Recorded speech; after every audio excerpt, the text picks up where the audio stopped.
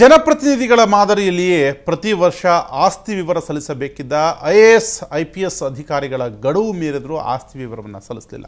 ದೇಶದಲ್ಲಿ 1649 IAS ಅಧಿಕಾರಿಗಳು ಆಸ್ತಿ ವಿವರಗಳನ್ನು ಇವತ್ತಿಗೂ ಸಲ್ಲಿಸಲಿಲ್ಲ.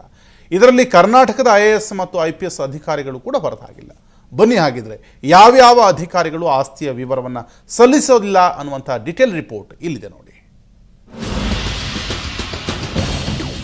ಶಾಸಕರಿರಲಿ ಸಂಸದರಿರಲಿ ಅಧಿಕಾರಕ್ಕೆ ಬಂದ ನಂತರ ತಮ್ಮ ಆಸ್ತಿ ವಿವರವನ್ನ ಲೋಕಾಯುಕ್ತ ಅಥವಾ ಸಂಬಂಧಪಟ್ಟ ಪ್ರಾಧಿಕಾರಗಳಿಗೆ ಸಲ್ಲಿಸಬೇಕು.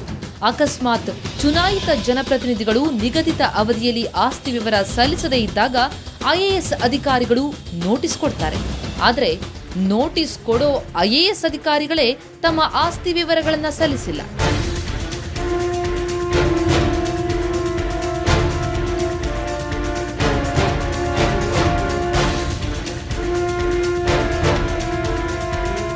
ಬರೀ IAS ಅಧಿಕಾರಿಗಳಷ್ಟೇ ಅಲ್ಲ, IPS ಅಧಿಕಾರಿಗಳು ಹೊರತಾಗಿಲ್ಲ.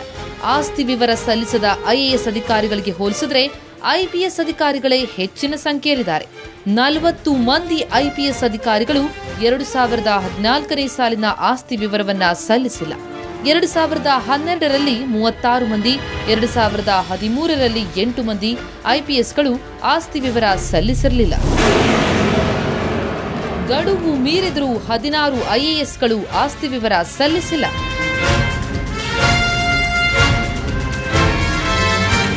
ಸರ್ಕಾರದ ಮುಖ್ಯ ಕಾರ್ಯದರ್ಶಿ ಕೌಶಿಕ್ ಮುಖರ್ಜಿ ಸೇರಿದಂತೆ ಒಟ್ಟು 203 IAS ಅಧಿಕಾರಿಗಳು ತಮ್ಮ ಆಸ್ತಿ ವಿವರವನ್ನ ಡಿಸೆಂಬರ್ 2014 ಮತ್ತು ಫೆಬ್ರವರಿ 2015ರವರೆಗೆ ಸಲ್ಲಿಸಿದ್ದಾರೆ. ಆದರೆ ಏಪ್ರಿಲ್ ತಿಂಗಳು ಕಳೆದಿದ್ರೂ ಇನ್ನೂ 16 IAS ಅಧಿಕಾರಿಗಳು ತಮ್ಮ ಆಸ್ತಿ ವಿವರ ಸಲ್ಲಿಸುವ ಗೋಜಿಗೆ ಹೋಗಿಲ್ಲ. ಆಸ್ತಿ ವಿವರ ಸಲ್ಲಿಸದ ಅಧಿಕಾರಿಗಳು ಯಾರ್ಯಾರು ಅಂತ ನೋಡೋದಾದ್ರೆ, ಉನ್ನತ ಶಿಕ್ಷಣ ಇಲಾಖೆಯ ಪ್ರಧಾನ ಕಾರ್ಯದರ್ಶಿ ಭರತ್ಲಾಲ್ ಮೀನಾ, ವಿಶ್ವ ಬ್ಯಾಂಕ್ ಹಿರಿಯ ಸಲಹೆಗಾರರಾದ LK ಅತೀಕ್, ಬೆಂಗಳೂರು ಜಲಮಂಡಳಿ ಅಧ್ಯಕ್ಷ ಅಂಜುಮ್ ಪರ್ವೇಜ್, ಕಲಬುರಗಿ ಪ್ರಾದೇಶಿಕ ಆಯುಕ್ತರಾದ ಅಮ್ಲಾನ್ ಆದಿತ್ಯ ಬಿಸ್ವಾಸ್, ನಂದಕುಮಾರ್ BG ಆಯುಕ್ತರು ಕಾಲೇಜು ಶಿಕ್ಷಣ ಇಲಾಖೆ, ಪಂಕಜ್ ಕುಮಾರ್ ಪಾಂಡೆ MD ಬೆಂಗಳೂರು ವಿದ್ಯುತ್ ಸರಬರಾಜು ಕಂಪನಿ, MV ಸಾವಿತ್ರಿ ಆಯುಕ್ತರು ಸಮಾಜ ಕಲ್ಯಾಣ ಇಲಾಖೆ ಇವರಿನ್ನೂ ಆಸ್ತಿ ವಿವರ ಸಲ್ಲಿಸಿಲ್ಲ. ಅಲ್ಲದೆ ಮೀರ್ ಅನೀಸ್ ಅಹಮದ್ ವಿಶೇಷ ಜಿಲ್ಲಾಧಿಕಾರಿ ಬೆಂಗಳೂರು, ಡಾಕ್ಟರ್ V ಶಂಕರ್ ಜಿಲ್ಲಾಧಿಕಾರಿ ಬೆಂಗಳೂರು ನಗರ, ರಾಮೇಗೌಡ ಆಯುಕ್ತರು ಸಾರಿಗೆ ಇಲಾಖೆ, ಶಿವಯೋಗಿ C ಕಳಸದ್ ಆಯುಕ್ತರು ಕೃಷ್ಣ ಮೇಲ್ದಂಡೆ ಯೋಜನೆ, NM ಪನಲಿ CEO ಕೋಲಾರ ಜಿಲ್ಲಾ ಪಂಚಾಯತ್, ಸಮೀರ್ ಶುಕ್ಲಾ ಜಿಲ್ಲಾಧಿಕಾರಿ ಬೀದರ್, ವಿಜಯ್ ಜ್ಯೋತ್ಸ್ನಾ CEO ರಾಯಚೂರು ಜಿಲ್ಲಾ ಪಂಚಾಯತ್ ಹಾಗೂ P ಸುನಿಲ್ ಕುಮಾರ್ CEO ಯಾದಗಿರಿ ಜಿಲ್ಲಾ ಪಂಚಾಯತ್ ಇವರೆಲ್ಲರೂ ತಮ್ಮ ಆಸ್ತಿ ವಿವರವನ್ನ ಈವರೆಗೂ ಸಲ್ಲಿಸಿಲ್ಲ.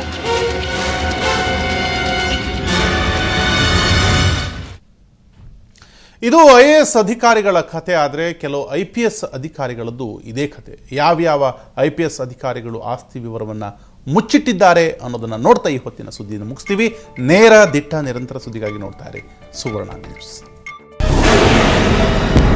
ಇನ್ನು ಆಸ್ತಿ ವಿವರ ಸಲ್ಲಿಸದ IPS ಅಧಿಕಾರಿಗಳು ಯಾರ್ಯಾರು ಅಂತ ನೋಡೋದಾದ್ರೆ, Bipin Gopalakrishna CID DGP, Sanjay Sahay ADGP computer ವಿಭಾಗ, doctor S Parashivamurthy IGP Davanagere, R Hitendra Mangaluru police commissioner, Harishekaran ADCP Bengaluru ಪೂರ್ವ, S Ravi Belagavi police commissioner, TG Krishnabhat CID SP, Satish Kumar DCP Bengaluru, Pawar Praveen Madhukar ಜಂಟಿ ನಿರ್ದೇಶಕ ಜಾರಿ ನಿರ್ದೇಶನಾಲಯ, MN ನಾಗರಾಜ್ SP ರಾಯಚೂರು ಇವ್ರ್ಯಾರೂ ಆಸ್ತಿ ವಿವರ ಸಲ್ಲಿಸಿಲ್ಲ.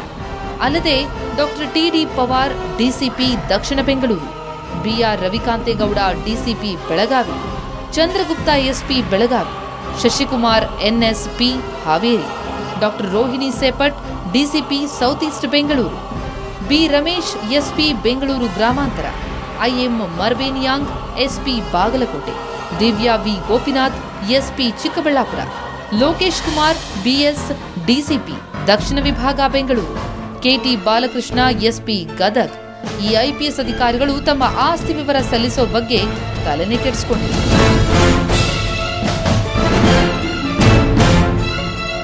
ಹಾಗೆ ನೋಡಿದ್ರೆ 1968ರ ಸರ್ವಿಸ್ ರೂಲ್ಸ್, ಲೋಕಾಯುಕ್ತ, ಲೋಕ್ಪಾಲ್ ಕಾಯ್ದೆ 2013ರ ಪ್ರಕಾರ ಐಎಎಸ್, ಐಪಿಎಸ್, ಐಎಫ್ಎಸ್ ಅಧಿಕಾರಿಗಳು department of personal and training ವಿಭಾಗಕ್ಕೆ